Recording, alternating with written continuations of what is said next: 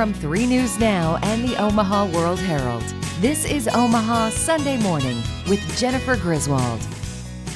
This week on Omaha Sunday Morning, after a rough start to life, some pups are looking for their forever homes. How an Omaha rescue group saved them from a puppy mill and how they're adjusting to their new lives. Plus, a dream years in the making becomes a full-time job. How one couple turned their hobby of furniture making into a small business that just keeps growing. And as the year comes to an end, many people are reflecting on all they've accomplished in 2017, including Omaha World Herald cartoonist Jeff Katurba. He takes a walk down memory lane with a look back at the cartoons that made us laugh. Good morning and thanks for joining us this morning. After 24 years leading an Omaha-based manufacturing company, one man is getting ready to hang up his hat. But his work is far from done. 68-year-old Moens Bai has served as the CEO for Valmont Industries since the late 90s. And while his professional resume is impressive, it's his work in the community that really shines. For that, he's been named the Omaha World Herald Midlander of the Year for 2017. Omaha World Herald visual journalist Brendan Sullivan sat down with Bai to talk about why Omaha is such a special place. Well, Omaha is kind of unique in the sense that we don't have oceans, we don't have mountains, we don't necessarily have the best climate, but it's a great city. And the proof is that sometimes it's difficult to convince executives that we want to hire to move to Omaha, but as soon as they're here, you can't convince them to move away again because we don't have those things. What makes Omaha great is created by people in Omaha. It's the philanthropy, it's people working together. We have a great symphony, we have great museums, we have great opera, we have Jocelyn, we have Durham. We have so many assets in the community that makes it a good community for people to live in and raise their kids in. You know, what also makes Omaha unique is the great philanthropic tradition here. We have a number of very large foundations, and we have benefactors that are committed to give a very large portion of their wealth back to the community in which they, in many cases, made that wealth. And that's also unique to Omaha to a great extent.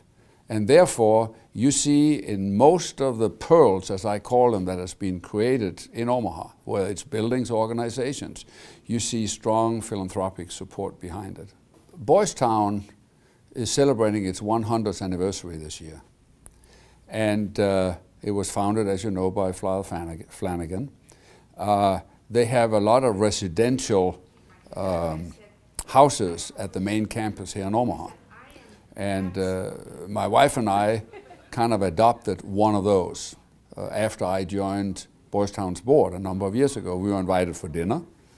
We sat around with the Jones family, Tony and Simone, and their own 3 kids, plus 6 or 8 Boys Town kids.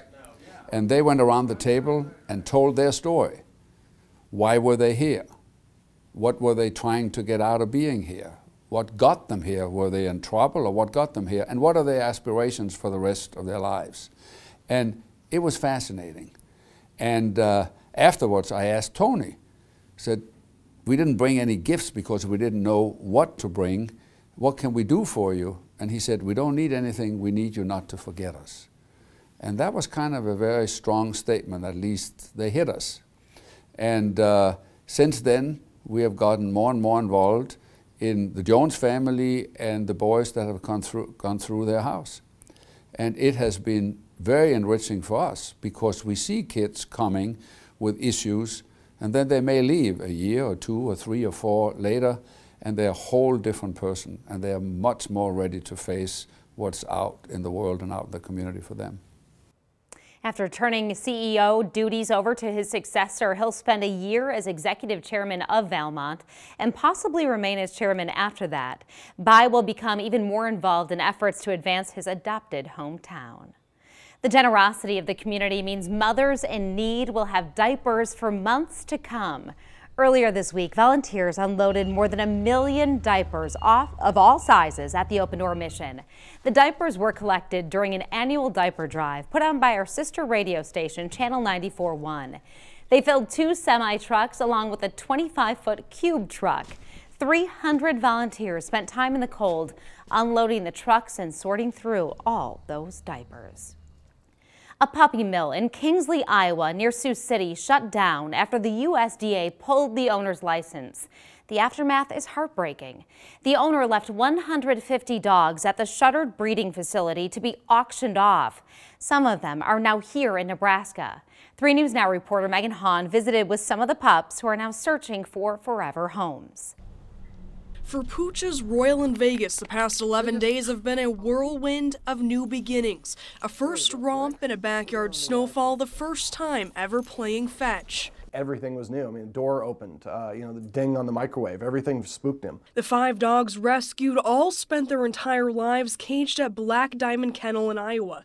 Legal troubles caught up with the owner, Gerhard Feltz, forcing him to shut down. And on December 16th, about 150 dogs that remained on the property were auctioned off. The conditions, it was pretty bleak and desolate. We're really happy to get those dogs out of there because, I mean, I didn't see one that wasn't shivering or fearful or neglectfully abused of some sort.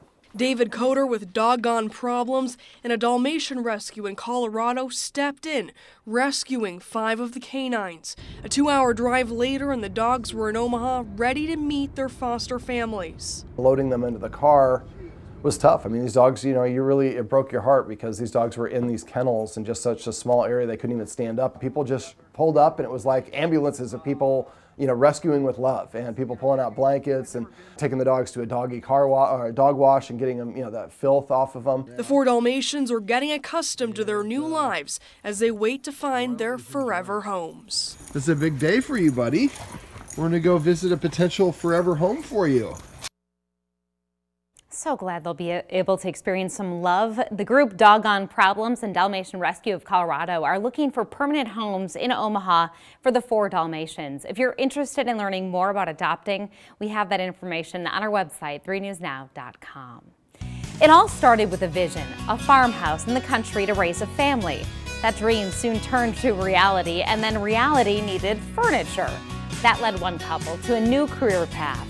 How they went from furnishing their home to hiring employees. When Omaha Sunday Morning continues.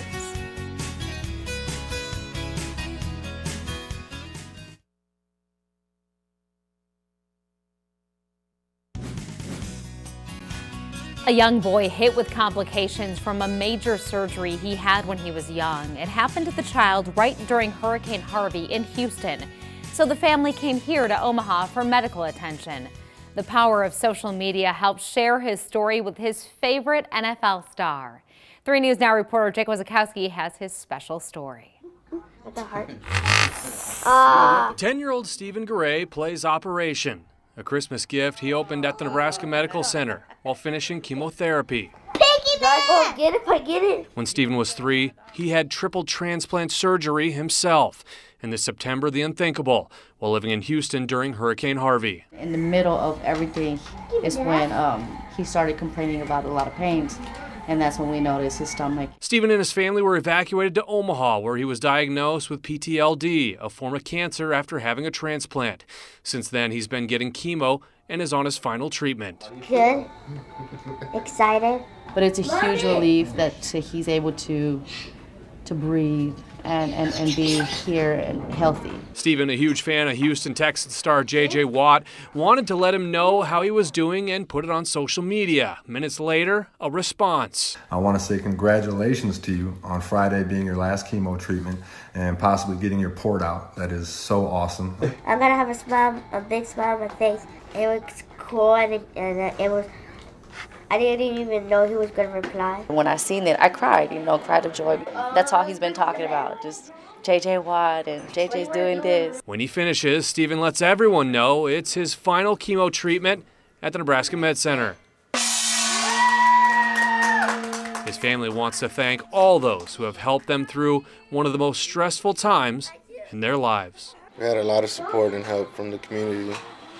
They donated a lot to us when we didn't have nothing. I thank everybody for helping me and for saving my life. Awesome. Stephen's family says Omaha has become their second home, but they are planning to go back to Houston as long as his health remains good. The hum of saws, the smell of fresh-cut wood and stain. In a workshop on the family farm, handmade furniture dreamed up by a husband and wife come to life. What started as a way to furnish their own home has grown into a new workspace, a small staff, and their own thriving business. Omaha World Herald visual journalist Ryan Soderlund took a trip to the 10-acre property where the vision became a reality. First, it was just us in our garage, so no big deal. And then I would have some of my carpenters in town. I would take materials to them, and they would build in their own spaces, and then I would go pick it up. But having the shop now, which is not yet quite a year old, has been really nice. Well, it's Salt Creek Farmhouse. It all kind of came about a few years ago when we moved out here. We built our house, and once it was finished, we needed to furnish it. So we built a couple pieces, and it just went really well. And then we realized some people, friends and family, thought it was great, and they said, we have some interested friends, and what do you think about trying to sell it? So made a few more, and I started an Etsy shop. I think I only had 4 or 5 listings on there at first, and it just took off. So we've just kind of been adding some every month since then. The best way to describe it is wooden, kind of distressed farmhouse style. I just recently started designing a few more contemporary pieces, but still with a little bit of a rustic edge to them. Like I said, we try and add a few new pieces to the website every month and just keep growing it and keep getting bigger and bigger until we outgrow this space and need a new one and maybe a retail spot at some point. You can find their pieces for sale at saltcreekfarmhouse.com. Any dog parent knows finding the right toy for that curious pup is the difference between a happy dog or a chewed-up shoe. Now, one local group is taking items that might otherwise end up in the trash and turning them into the perfect chew toy. What they're upcycling when Omaha Sunday Morning returns.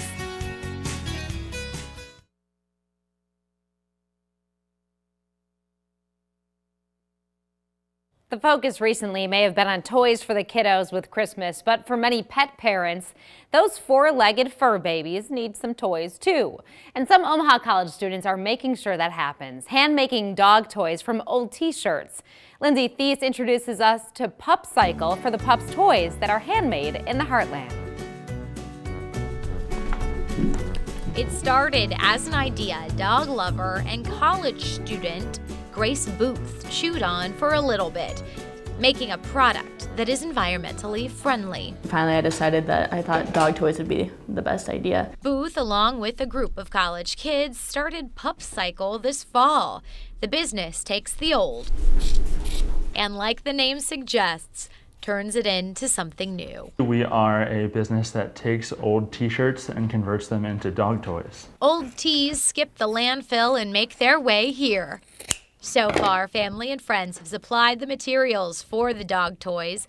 Booth makes them all by hand. All the work is done in her parents' home in Omaha or her dorm room at Creighton University when school is in session. And of course, testers of the 4-legged paw and tail variety have helped with some quality control. It's just kind of a side project right now. We're not super profitable yet. My favorite part about it is just seeing how 2 people from any kind of different background can come together over their dogs. Seeing 2 dog owners talk about one of our toys is really just makes me really happy, seeing them just talk about something that they can both relate on. And while Booth's 13-year-old dog is a little on the fence, that isn't stopping the humans behind Pup Cycle from setting big goals. We can make enough of a difference because the better that we do, the more that we help the environment. So hopefully I would like to see this progress to a point where we could really have an impact on that. Gaining some shelf space in some different local stores. Definitely, personally, I really want to support local. So, keeping it within the Heartland and helping our own community. The toys cost $6 or $7, and you can buy them online or check out Pup Cycle on Instagram for where they will be doing some pop-up sales around town. Beautiful cityscapes, iconic spots, stage scenes that are anything but simple, all snapped and documented on an Instagram page followed by 35,000 strong. The catch? All these pictures could fit in the palm of your hand. Omaha World Herald visual journalist Chris Makian caught up with the woman who creates these tiny works of art. Oh, yeah. Installation on a small scale. Chelsea, who is the other half of CNC, worked with kind of larger installation pieces, and it was something we both had a lot of interest in, but obviously there's not the space for that, particularly in New York, or the budget. And it's a little bit of like the diorama concept, seeing how the natural environment and scale and perspective can play into things. So a lot of times you'll find something that is just like a mossy handrail that then looks like it could be a mountain. With the camera, you're able to make that image the whole world. And so, yeah, that I think is a big appeal, to have these creatures in these different habitats and just kind of have fun like playing with them in different environments. A lot of my miniatures come from childhood, and Chelsea had a number of them as well. A lot of like dollhouse furniture and things. And I do think vintage is generally better. There's a lot of high quality things that are made out of metal and wood instead of just plastic. It's actually the process of going somewhere, looking through a store, and the discovery of finding those items as well, as opposed to just going online or something like that and letting that object inspire the image. We don't usually say, we're going to make an image and we have to have these elements, order them online, let's do it. It's a little more organic, of like finding something and figuring out what we want that to speak to. Having the ability to have a goat on a table, you know, or a bear like reading a book by a fireside. We have things like that, and so some of that is just really fun to kind of be able to have that playfulness, and it's like a microcosm, and it's very much escapism as well, to have this other world. What a cool concept. You can follow her pictures on Instagram at CC Mini Factory. From politics to sports to big changes in Omaha, 2017 had a lot of big stories. And that gave Omaha World Herald cartoonist Jeff Katurba a lot of material to work with.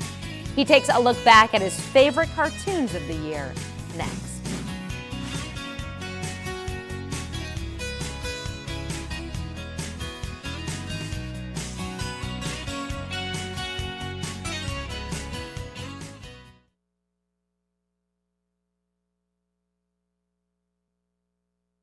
After a mild fall, 2017 decided to end with a serious cold snap. Omaha World Herald visual journalist Ryan Soderling snapped this picture of a jogger braving the frigid temperatures for a chilly run around Lake Serinsky this week.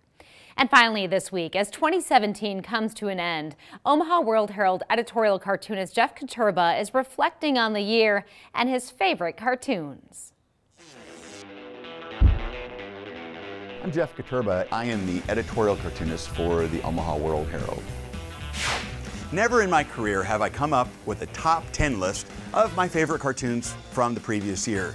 So I figured, why not? Granted, it wasn't easy coming up with just 10. After all, I draw nearly 250 new cartoons each year, and I love them all. They're like my kids. Also, keep in mind that these aren't necessarily reflective of the top 10 stories of the year. They're just some of my favorites. Having said that, here we go. Number 10. Earlier this year, Omaha Mayor Stothert said it was time to reconnect 16th Street downtown from Dodge to Capitol, even if that meant tunneling through the DoubleTree Hotel. Don't know about you, but I sure wouldn't want to be that honeymoon couple. Number 9. This one's from last January. Need I say more? Number 8. Nebraska is unique in that it has a one-house unicameral legislature. So any chance I get, I love drawing the State House as the unicamel. Sure, it's kind of a pun, but how often do I get a chance to draw a camel? Number 7. Another play on words. This time, instead of Steve Bannon, it's Steve, well, you get the idea. Number 6. This is based on one of those big stories of the year. A customer at the theater is asking how much for an empty popcorn bag in case she needs to barf. 5. In this cartoon, the mayor has a bad dream that she's running for re-election in 2021 and still nothing has come of the Crossroads Mall property. 4.